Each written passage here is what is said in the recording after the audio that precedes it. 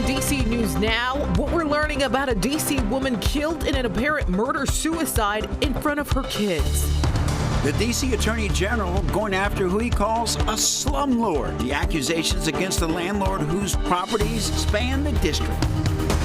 Plus, temperatures are falling tonight, but a warm-up is on the way. Meteorologist Brittany Ward is tracking when spring-like temperatures may return. Then, a global leader in weather and climate intelligence is officially putting down roots in Montgomery County. We'll introduce you to them and how they plan to make an impact. And Valentine's Day is only 2 days away. And if you don't have plans, we have a few places to get the most bang for your buck. We're stretching your dollar.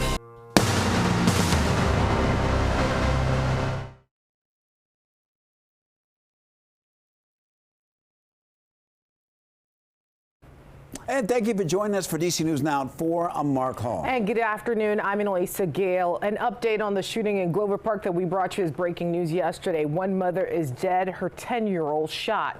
The shooting then prompted an Amber Alert for her 3-year-old son. DC police say that the father of one of the children, Stefan Jeter, shot himself. DC News Now's Liberty Simmons is live in Glover Park now. And Liberty, what are you learning about the suspect and the victim?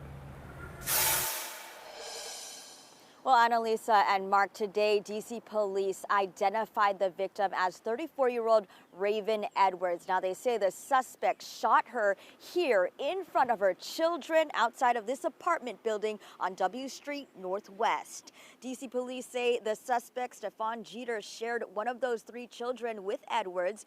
They say he shot her Wednesday afternoon, then shot her 10-year-old daughter, then took their 3-year-old son. A 3rd child was left unharmed. Officers say Jeter then dropped his son off with relatives in Prince George's County, Maryland. That's when officers say they found his car, which led to a chase ending back in D.C. when he crashed. Now, police say he died of a self-inflicted gunshot wound. And Jennifer Westbury of DC Safe, a nonprofit that helps domestic violence victims, says this is the 3rd domestic violence-related homicide in the district this year. It's devastating to the community. It's devastating to the children and the kind of generational impact that it has, right? To have to live with the violence that has occurred. Now, the D.C. U.S. Attorney's Office also confirmed that Jeter has an extensive criminal history, including a conviction for conspiring to traffic guns into D.C. Now, coming up on the news at 5, we'll tell you more about the services that D.C. Safe offers for domestic violence victims to get them the help that they need. For now, live here in Glover Park, Liberty Simmons, D.C. News Now. All right, Liberty, thank you. In Maryland, one person died after police officers shot them during an attempted arrest in White Plains Wednesday. The Charles County Sheriff's Office responded to the area of Newport Circle and Cobbler Place to try and arrest a person with an active arrest warrant. During the arrest, deputies say that the person pulled out a large machete and started walking towards them with the machete raised. That's when the officers fired. The person died at the scene. Police say that that person was also wearing a tactical vest and body armor. Deputies were wearing body-worn cameras during the time of the shooting. The name of the person shot has not been released. All right, checking in now with meteorologist Brittany Ward. And Brittany, it was a bit chillier than yesterday, but still a pleasant day out there. Yeah, overall today, you definitely felt that chill in the air. Highs today reached into the 30s to lower 40s, and we also had that wind shifting out of the northwest, pumping in some of that cooler air. So yes, you felt the chill across the region. We're heading outside, a live look out towards the Washington Monument at this hour, still holding on to a mix of sun and clouds. That will be the trend all the way up until sunset. And then tonight we are going to be tracking partly cloudy skies, and those temperatures will start to slip, getting back down into the 20s. Now, satellite and radar kind of showing you the wider picture. Again, those clouds making their way into the region, but look back off to the west, out towards the Ohio Valley. High pressure will begin to roll its way into the area as we head into your Friday and for the first half of our Saturday. Saturday. That's going to be providing us with dry conditions. Tomorrow, we're going to be tracking more peaks of sunshine. And then it looks like heading into the weekend, we are going to be tracking a warm up. So we have to get through these chilly temperatures first. If you are stepping out the door right now, it's currently 36 degrees in DC, 42 as you head out towards Fredericksburg, Virginia, back off to the north and west, still holding on to the 30s. So once again, a chilly day. Those winds are still breezy at the moment. We're seeing winds gusting upwards to about 33 miles per hour here in DC. 23 mile per hour wind gusts is being observed out towards the Cumberland area, and winds will continue to stay breezy at least for the first half of our evening. As that high continues to push closer to our region, we'll start to feel those winds begin to diminish. And guys, again, I'm tracking a warm up as we head into Valentine's Day weekend. So keep it here. We'll have a full breakdown of that forecast up next. Brittany, thank you. A live look right now at the Capitol, where Democrats have voted against a DHS funding bill. All other government agencies have been fully funded through September. But money for DHS got held up after Democrats demanded reforms in its immigration enforcement operations. They took that stance after federal agents killed two U.S. citizens in Minneapolis last month. Nearly all DHS workers will remain on the job, but many won't get paid until Congress passes a funding bill. Agencies like FEMA, the TSA, and the Coast Guard will be impacted. Ahead at 4:30, we break down the impacts this could have on the economy. And this week in his weekly briefing, Montgomery County Executive Mark Elrich is addressing the recent shooting at Wooten High School. He says right now there have been questions about the timeline of events and officers' involvement that day. He laid out what happened. We know that somebody was threatened prior to the shooting, and more than an hour prior to the shooting, and probably at a point when the officer was still in the school. The person who was threatened with the gun by the same person didn't seek out the resource officer and confide in the officer and let them know that they had seen somebody with a gun in the school, and they actually had the gun pulled on them. Had that person done that, we would have been in a different situation.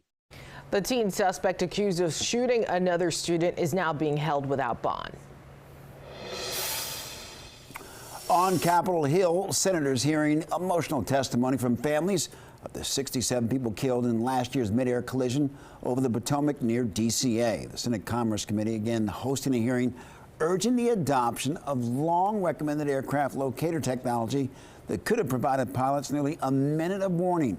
NTSB Chair Jennifer Homendy testifying on the agency's final report into the Midair collision, saying that this was 100% avoidable. We are so sorry for your loss. You should not have to be here because, as I've said many times, this was 100% preventable. It was preventable. In fact, now that our investigation has concluded, I can say without a shadow of a doubt that we've seen this before. We've investigated similar mid-air collisions going back decades, and we've issued safety recommendations like ADSB in over and over and over again, aimed at preventing just these kinds of collisions. Recommendations that have been rejected, sidelined, or just plain ignored.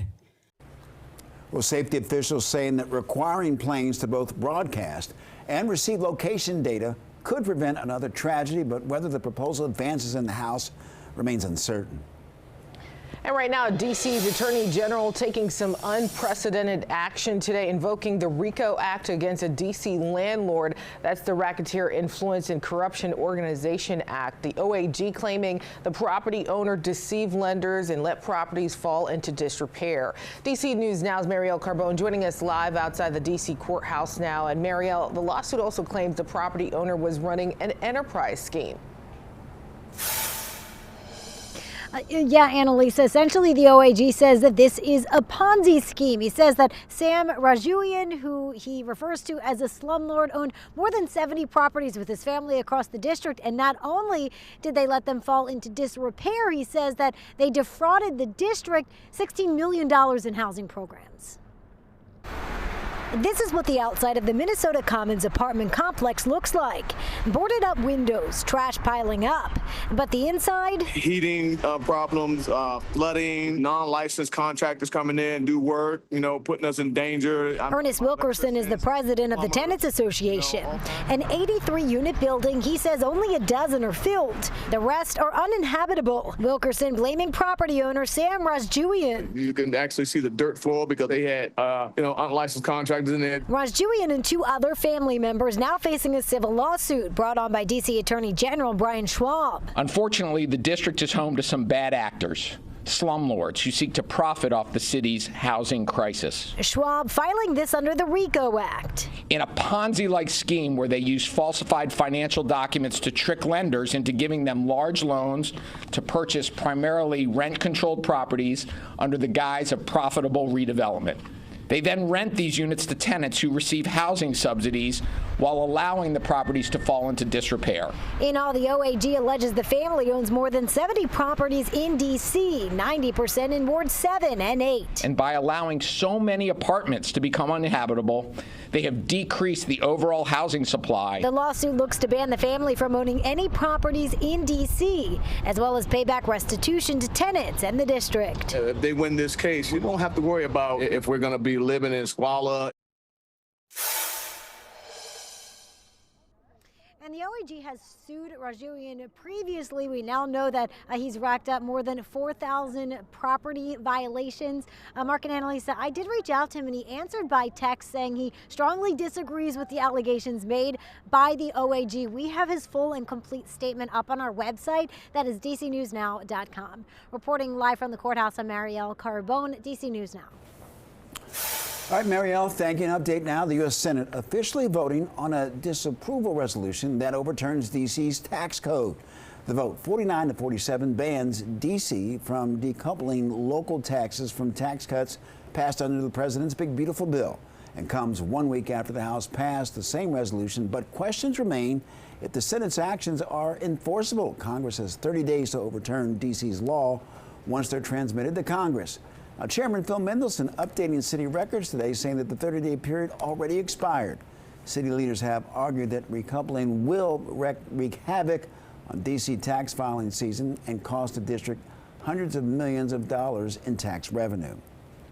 Also turning now to Northern Virginia, where Fairfax County officials say they are committing to more outreach for panhandlers. Now, the new pledge came during a Tuesday meeting of the Board of Health and Human Services Committee. FFXNow.com reporting that a new report from the Urban Institute helped to get the board to pledge to do more. They also identified 95 panhandling hotspots, including in Mount Vernon, Franconia, and Providence. Well, DC News Now is stretching your dollar. DC Public Library is hosting free tax preparation sessions for the next few weeks. And on your screen, here are a few libraries hosting those sessions. DCPL says that you can register through contacting the library. They ask that you bring all necessary documents like Social Security card and W-2s.